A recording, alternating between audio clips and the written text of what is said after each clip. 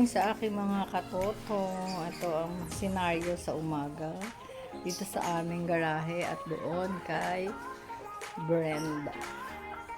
Tapos nandito pa rin ang aking mga fish cracker. At si Bebeng ayaw kumain, oh. Hindi niya kinain yung ano, naglilihi na yata ito, ah. Ayaw kumain? Ay, karay, betchay. Naglalandi na pala tong pusa mo dito. Nilalabas ko na ito dahil nagwawala siya, oh. Nagkakalat na siya dito.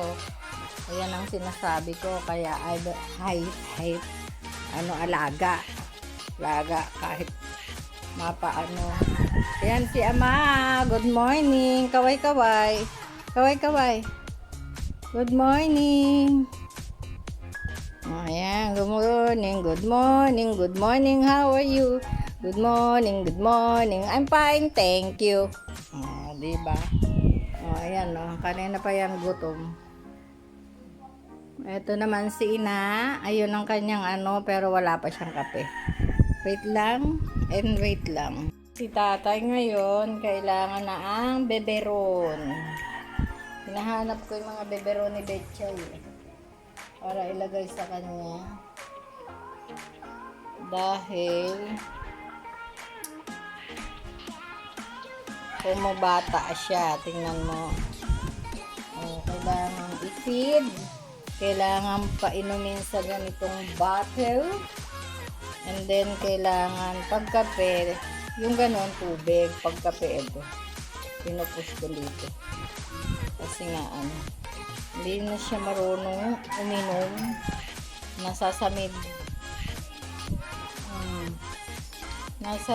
siya, kaya ganyan lang, subo-subo lang.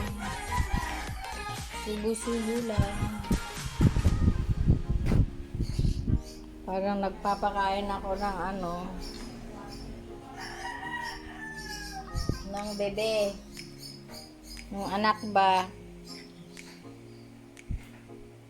Kakaiba na. Pero okay na yung isip niya, nakikipaglaro na siya kagabi.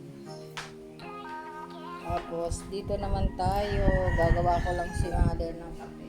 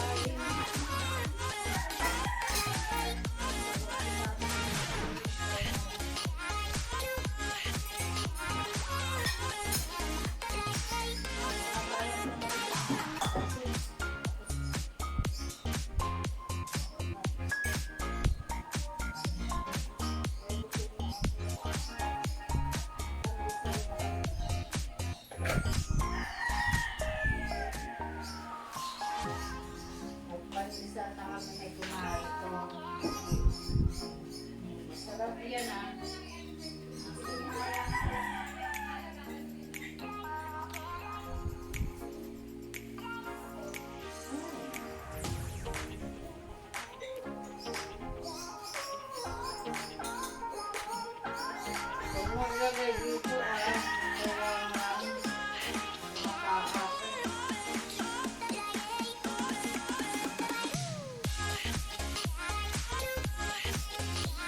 Yun po. Meron ng kape siya. Naghihintay na si tatay ng subo, na pamato. Lalaki ngayon ng pasensya, Lalapad.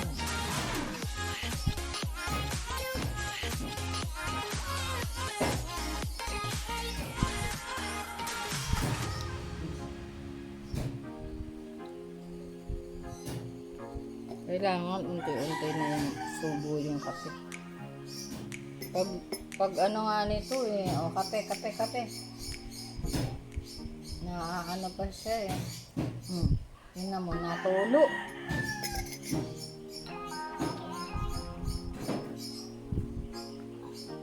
Hindi na marunong. Hindi na siya marunong. Mabilis siyang umuya ngayon ha.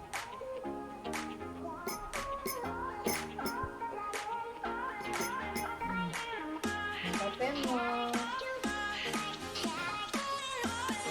Marunong siyang tumugtog.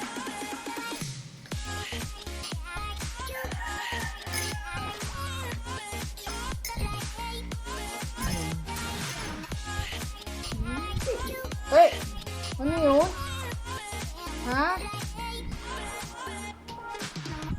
Sinok ba yun? Wala. Number tayo, number. Anong number? Ha? Anong number? Oh.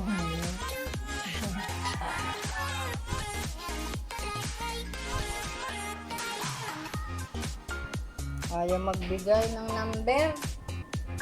Nguya-nguya lang.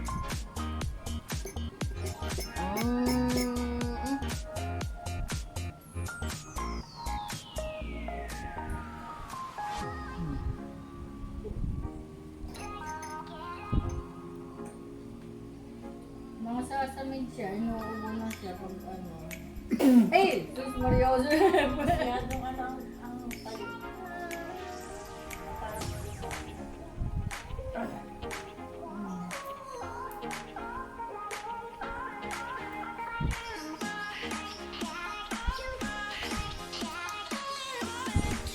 Ang bata, nasasamid.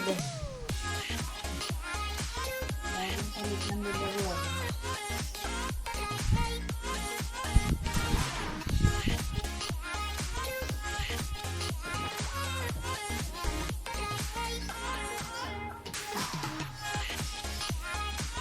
Ayos na yun po. Sabi ko, ano sa ilong ano. Bigat ni tatay. Sobrang bigat, pero ang payat. Pero ang bigat niya. Parang ano eh. Nagsisinok. Meron kang dagan-dagan sa likod. Pag binuhat mo siya. Sakit sa likod. Sakit sa likod. Buhatin lang yung ulo. Nako. Grabe, ang sakit. Iaano mo lang yung ulo niya. Iaayos.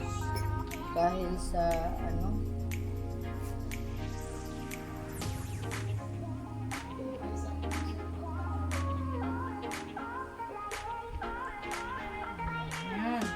Galing ah.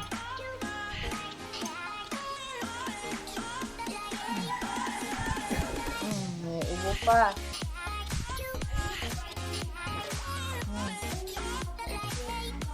May plema. Malaming marites.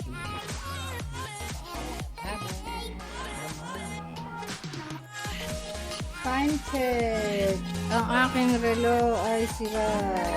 Yung nasa quarter to 9. Ayun. Si nanay may bead. May music pala ako. May pa-music. Ang copyright. Tapos saan napunta si ano? Ay, sorry. Saan napunta si ano?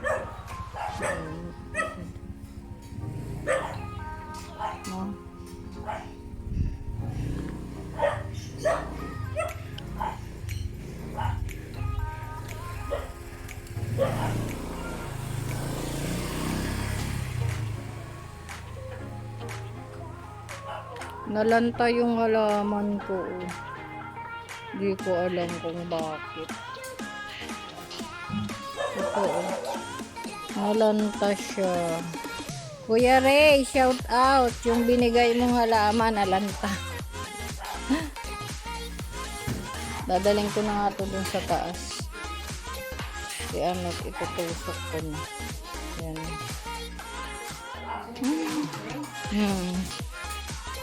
Si Kuya Ray.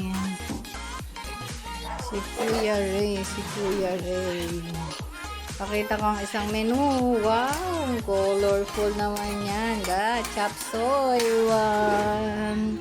Ayan! Good evening everyone. Meron akong music. Ay, grabe. Tapos, anong oras na?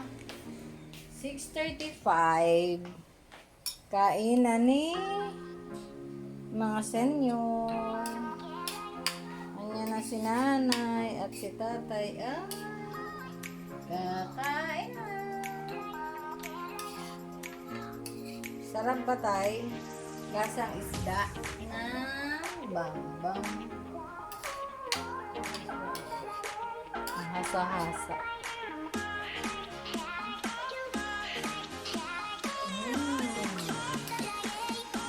Dinurog ko na.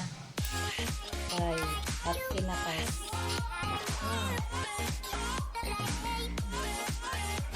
Dahil hindi pwede sa kanya hindi nadudurog. Dahil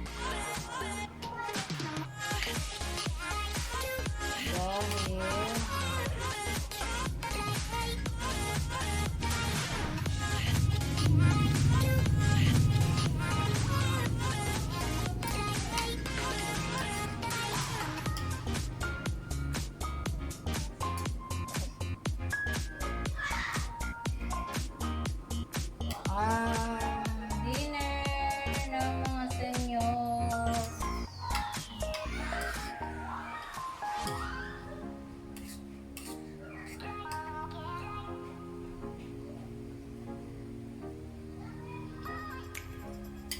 Yun. Sana umulan ulit. Para presko sa gabi. Ha?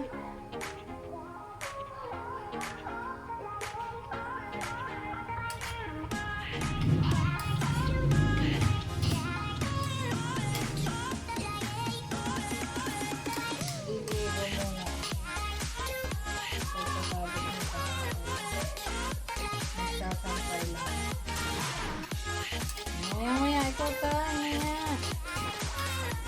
Talbos ng kangkong yan At saka isda.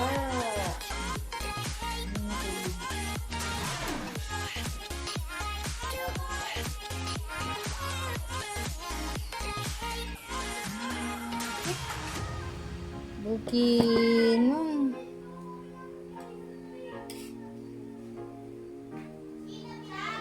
Yes.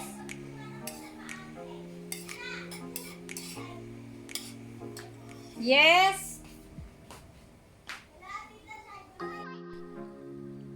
Ayan. Good evening everyone. It's already 10:40. Tulog na si Ina na nakasakay doon. Nandun na siya sa kanyang kwarto. Nandun si Ama ay narinig sa may harapan ko. Pero hindi pa siya. Hallucination na naman siya. Wala nang inakibot. Ganyan lang.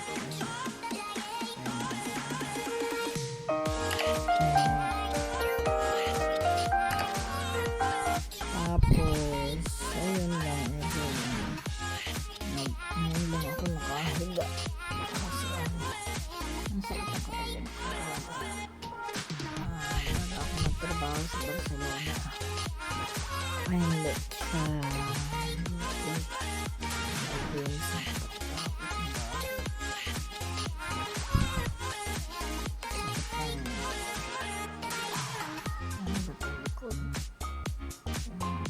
Normal na sumasakit sa akin. Trabaho ako doon.